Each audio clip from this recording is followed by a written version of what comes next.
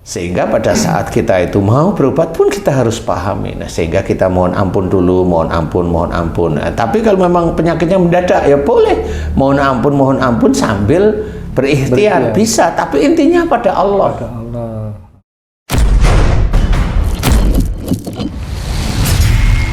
Bismillahirrahmanirrahim. Assalamualaikum warahmatullahi wabarakatuh. Waalaikumsalam warahmatullahi wabarakatuh. Para pemirsa dan sahabat beriman dimanapun berada, kita jumpa lagi di Ustadz Danu Official Channel. Semoga kita selalu dalam lindungan Allah Subhanahu wa Ta'ala. Amin ya Rabbal Alamin. Pada kesempatan kali ini kita akan ngaji lagi bersama guru kita semua, Pak Ustadz Danu. Assalamualaikum Pak Ustadz. Waalaikumsalam warahmatullahi wabarakatuh. Amin ya Rabbal Alamin. Pak Ustadz, ketika seseorang itu sakit Pak Ustadz, kemudian dia berobat dan sembuh. Nah, ini apa yang sebenarnya harus dilakukan setelah sembuh itu Pak Ustadz? Apakah memang sembuh itu apa yang menjadi keyakinan setelah itu Pak Ustadz? Apakah karena obat yang menyembuhkan itu, ataukah orang yang dia pergi ke orang itu dan dia sembuh? Nah, ini kalau secara akhlak bagaimana menyikapi situasi seperti ini Pak Ustadz? Mohon pencerahannya. Iya. Bismillahirrahmanirrahim. Assalamualaikum warahmatullahi wabarakatuh. Waalaikumsalam warahmatullahi wabarakatuh. Amin ya rabbal alamin. Jadi kalau ada orang sakit kemudian dia berobat, dalam kondisi berobat tapi dia sakit, bisa aja dikatakan secara lisan, iya, dia bilang dia ikhtiar secara lisan, iya, tapi hati itu dia bisa aja memang dia ikhtiar aja biasa, kayak memang pergi aja berobat. Jadi ikhtiar itu bukan didasari dengan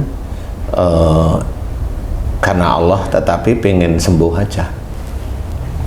Maksud saya seperti ini, banyak orang itu kalau mamanya ditanyain, kamu kan Islam itu, tanyain, kamu sudah sholat duhur tadi? Kan saya nggak tahu nih, bisa nggak kamu jawab sudah kan gitu? Bisa aja. Ya. Tapi sebenarnya belum, iya, kan gitu, kan nggak tahu nih. Benar. Sama seperti kalau ditanyain kenapa kamu berobat, kan jawabannya ikhtiar. Iya. Tapi sebenarnya hatinya itu dia hanya pengen sembuh, bukan karena Allah aja. Karena Allah itu gimana? Ya memang kita dianjurkan untuk mengerjakan sesuatu. Ya istilahnya sama juga seperti orang bekerja. Fa idza qudiyatish sholatu fantasiru fil ard wabtaghu min fadlillah. Jadi pada saat dia selesai sholat, boleh dia berjalan di muka bumi itu. Ya dianjurkan untuk bertebaran di muka bumi untuk mencari rezeki Allah, mencari karunia Allah, termasuk dia habis sholat kemudian dia ikhtiar karena dia sakit, ikhtiarnya pun dia paham. Nah, bagaimana kita itu masuk ke kategori ikhtiarnya kita itu yang syar'i, jadi bukan ikhtiar asal bisa jawab, bukan saya ikhtiar kan seperti itu. Nah, sama, jadi pada saat seseorang itu sakit, sebenarnya dia harus mengetahui juga bahwa sakit ini salah satu musibah yang diberikan Allah kepada saya, kan seperti itu. Dan dia dasarnya, dalilnya adalah wa ma sabakum min musibatin fa bima kasabat aydikum. Apa saja musibah yang kau terima disebabkan dari buah tanganmu sendiri. Dia tahu berarti dia itu ada salah, ada dosa yang dikerjakan dulu-dulunya. Dia mohon ampun pada Allah, dia mohon ampun pada Allah, dia mohon ampun terus, sehari itu dia mohon ampun, 2 hari dia mohon ampun, hari ketiga dia mohon ampun. Kalau memang belum diizinkan oleh Allah Ta'ala ini, nah baru dia ikhtiar. Dan ikhtiarnya dia pamit sama Allah Ta'ala, ya Allah, aku berusaha untuk ikhtiar secara fisik, secara harfiah istilahnya. Nah, di titik itulah orang ini ikhtiarnya karena Allah. Bukan sakit langsung ke dokter, maaf ya, ke rumah sakit itu, minum obat ini, bukan yang seperti itu sebenarnya. Tapi benar-benar dia harus pahami. Nah, di titik itulah ikhtiarnya lillahi ta'ala, dia paham. Nah, kalau umpamanya dia nggak kenal Allah, Iya. Dia langsung ke rumah sakit atau dia minum obat, atau tangani dokter, dokternya hebat, kemudian dikasih obat, kemudian dia sembuh penyakitnya. Betul. Nah, kesembuhannya itu dia mau cerita apa dengan saudara, dengan teman-temannya. Kalau dia bilang, nanti kalau kamu sakit ini, kamu ke rumah sakit itu, atau kamu kalau sakit ini ke dokter itu. Nah, itu sudah syirik itu namanya. Jadi harus difahami agar kita itu berikhtiar itu yang benar-benar bertauhid ikhtiarnya. Sehingga pada saat kita itu mau berobat pun kita harus pahami. Nah, sehingga kita mohon ampun dulu, mohon ampun, mohon ampun. Nah, tapi kalau memang penyakitnya mendadak, ya boleh mohon ampun sambil berikhtiar. Bisa, tapi intinya pada Allah. Kan seperti itu ya. Nah, di titik itulah sebenarnya dia tetap bertauhid walaupun salahnya itu ada. Kemudian kalaupun umpamanya dia melalui obat itu, melalui rumah sakit itu, melalui dokter itu, atau melalui ke orang pintar umpamanya, sembuh. Oh, berarti orang itu hebat? Enggak juga. Sembuh itu memang diawali dari salah satu ayat, wa ya'fu an katsir, yaitu Allah banyak memaafkan kesalahan-kesalahanmu. Nah, kesalahan ini sebenarnya bukan dosanya yang dimaafkan. Apanya itu, Pak? Kesalahannya ini adalah pada saat diberi sakit, si orang ini bukan memohon ampun, tetapi dia itu berobat. Di titik berobat inilah Allah memaafkan kesalahan. Kesalahannya apa? Dia tidak mohon ampun. Nah, kesalahannya di situ. Jadi kesalahan yang asli tetap itu, Pak Ustaz. Dosanya bukan dosanya tetap. Dosanya tetap. Kesalahan itu kan terbagi nanti. Dosa sama kesalahan yang tidak mohon ampun. Jadi itu kan ada beda. Gitu ya. Ya, kalau saya amati dari ayat tersebut itu. Oh iya. Kan ada. Dia juga ke orang pintar juga diberi kesembuhan. Iya. Nah, kemana itu? Apakah orang pintar itu hebat? Enggak. Jadi sembuhnya tetap dari Allah itu, Pak Ustaz, ya. Itulah kalimat dalam Quran tadi. Wa ya'fu an katsir. Jadi Allah banyak memaafkan kesalahan. Jadi orang yang diberi sakit, dia hanya minum apa umumnya, minum antalgin, itu diberi sembuh. Ya itu bukan antalginnya itu. Seperti itu. Sehingga itu yang harus difahami, sehingga jangan sampai obat itu menjadikan kita syirik kepada Allah. Jangan sampai kita ikhtiar itu rumah sakit itu menjadikan syiriknya kita kepada Allah. Dan pada saat kita ke dokter jangan sampai itu menjadikan syiriknya kita kepada Allah Ta'ala. Sehingga harus hati-hati bahwasanya tetap ada taubat, ada mohon ampun, berjanji untuk tidak melakukan seperti itu. Nah, di titik itulah nanti Allah sendiri yang menjawab. Illal ladzina tabu wa aslahu wa bayanu faulaika atubu alaihim. Illal ladzina tabu, mereka yang telah taubat. Nah, taubat itu mohon ampun beneran. Ya Allah, jika sakit jantungku ini karena dosa-dosaku, kepada sebutkan.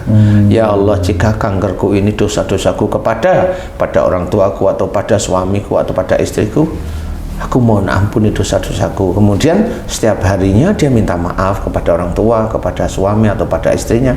Di titik itu dia akan mengerjakan. Illal ladzina tabu. Nah, dia sudah mohon ampun, wa aslahu, melakukan perbaikan. Jadi dia jangan ulangi lagi. Nah, itu kan cara Allah yang sudah ada dalam Quran. Ada loh dalam Quran. Ya. Jadi jangan mengulangi lagi. Nah, istilahnya taubatan nasuha lah ya. Tetapi beda ini, nyuri dengan sakit ini beda ya. Karena kalau nyuri belum tentu dia sakit, belum tentu itu. Kecuali dia nyuri orang yang punya ilmu-ilmu mantra-mantra rumahnya, dia bisa sakit. Karena diserang mantranya kan gitu ya. Di titik itu kita harus pahami, ini ada cara-cara yang islami sebenarnya, yang sudah diceritakan oleh Allah Ta'ala dalam Quran. Illal ladzina tabu wa aslahu wa bayanu, memberikan nasihat baik. Baru Allah menjawab, faulaika atubu alaihim, maka tobat mereka yang aku terima. No? Iya ya. Jadi fungsi obat kalau di situ kan nggak kelihatan sebenarnya. Nggak ada. Makanya kan nggak ada obat, nggak ada orang pintar, nggak ada, enggak. Tapi memang harus dijelaskan. Nah, inilah yang syar'i ini seperti itu. Jadi jelas ada dalam Quran dan orang harus dinasihatin. Gitu. Jadi kita harus belajar dalam kondisi kita sakit, mau endingnya sembuh, kita pun harus bertauhid. Pak Ustadz, saya punya teman ya Pak Ustadz di tempat kerja itu. Beliau pasang ring di jantung Pak Ustadz. Ada 5 ring ini dia pasang. Dia cerita sama saya, oh gue pasang ring nih, emang kenapa? Fungsi jantung 25% katanya, dia bilang gitu. Oh ya, terus sekarang gimana? Udah enakan ini. Nah, itu boleh nggak itu saya misalnya atau kita memberitahu kamu jangan gitu supaya nanti kamu nggak salah di hadapan Allah, itu gimana itu Pak Ustadz kalau Ya, kayak gitu? Oh gitu Pak Ustadz. Nggak usah. Karena dia merasa dengan masang ring itu hidup lagi. Betul. Nah, Padahal itu sebenarnya itu yang nggak boleh sebenarnya itu Pak Ustadz ya. Itu yang dikatakan dalam Quran wa ya'fu an katsir itu. Tapi dosanya tetap. Dosanya tetap. Dia orangnya emosional, egonya pasti tinggi kan gitu. Egonya tinggi, emosional, sehingga dia pasang ring sampai 5. Kalau ngomongnya satu ring 50 juta, kan udah 250, kan lumayan itu. 205, nah kan lumayan. Nah, makanya itu yang tidak boleh. Jadi kenapa dengan ngomong seperti itu dia merasa tidak ada masalah dengan pasang ring kan gitu. Benar, nah di titik itu dia lupa bahwa Allah memaafkan. Di situ harusnya kalau seorang yang bertakwa pada Allah Ta'ala nangis dia harusnya. Nggak boleh saya ngomong seperti ini, saya sombong. Tapi karena memang dia Islam, Insya Allah Islam Pak Ustadz. Ya, makanya saya kasihan juga gitu. Itu yang dinamakan syirik ya begitu. Astagfirullahaladzim. Kan kalau dikatakan syirik itu kan bukan orang yang gitu. orang kafir, bukan orang yang non muslim, bukan, malah orang Islam sebenarnya. Seperti itu. Jadi harus hati-hati. Jadi orang Islam ada yang kafir? Ada. Orang Islam ada yang syirik? Banyak kan gitu. Nah itu syirik khafi. Jadi memang benar-benar syirik yang seperti tertutupi istilahnya. Harus tetap belajar, jangan. Nah inilah gunanya tauhid. Sehingga agama Islamnya agama tauhid. Jadi benar-benar Allah itu memang Tuhan kita. Jangan yang lain-lain. Allah yang memberikan kesembuhan kan Allah, tapi secara lisan dia bilang yang memberi kesembuhan kamu siapa? Dia bisa jawab Allah, tapi dalam interaksinya tidak ada Allahnya. Gitu. Makanya itu tauhidnya sangat-sangat kurang. Ya jangan ditiru lah seperti itu ya. Silahkan ikhtiar, monggo silahkan, tetapi tetap ada Allahnya. Sehingga kita nanti tidak dicatat buruk oleh Allah Ta'ala dan tidak dicatat menjadi syirik. Itu sangat menakutkan karena orang yang syirik, orang Islam yang syirik itu tidak mengenal surga nantinya. Ustaz, kalau dalam berdoa untuk bertobat dari sifat syirik dan musyrik yang kita nggak tahu syiriknya seperti apa dan lain-lain, apakah cukup dengan ya Allah ampunilah dosa saya yang telah melakukan syirik dan musyrik, itu cukup Ustaz? Insya Allah cukup. Nanti di titik itu biasanya Allah memberikan hidayah yang wujudnya biasanya ingat dia melakukan. Jadi diingatkan oleh Allah Ta'ala. Biasanya boleh silahkan, nggak apa-apa. Karena kan lupa yang mana ya, kadang-kadang diingat ya. Nah biasanya nanti kalau itu sudah istiqomah, continue, dia merasa memang kayaknya sering saya melakukan, tapi yang mana ya, nanti diingetin oleh Allah Ta'ala satu-satu, sehingga lebih fokus memohon, ya Allah jika aku pernah begini itu syirik, ya Allah ampuni dosa syirikku yang ini ya Allah, astagfirullah. Nah itu fokus sudah seperti itu. Lakukan aja terus. Kita sholatin sehari 5 kali ya mohon ampun lah di titik-titik itu agar dihilangkan oleh Allah Ta'ala, sehingga oh ya mudah-mudahan kan ya kita dapatlah surga kan gitu ya. Amin. Ya, jangan seperti lupa. Padahal banyak orang Islam yang lupa. Banyak sekali yang lupa dengan doa seperti itu. Padahal sudah dijelaskan oleh orang yang menuhankan dirinya, orang yang menuhankan kepandaiannya itu termasuk fasik. Nah itu nggak akan masuk surga. Bukan hanya masalah berobat aja berarti Pak Ustadz ya? Banyak sekali. Astagfirullahaladzim. Ya.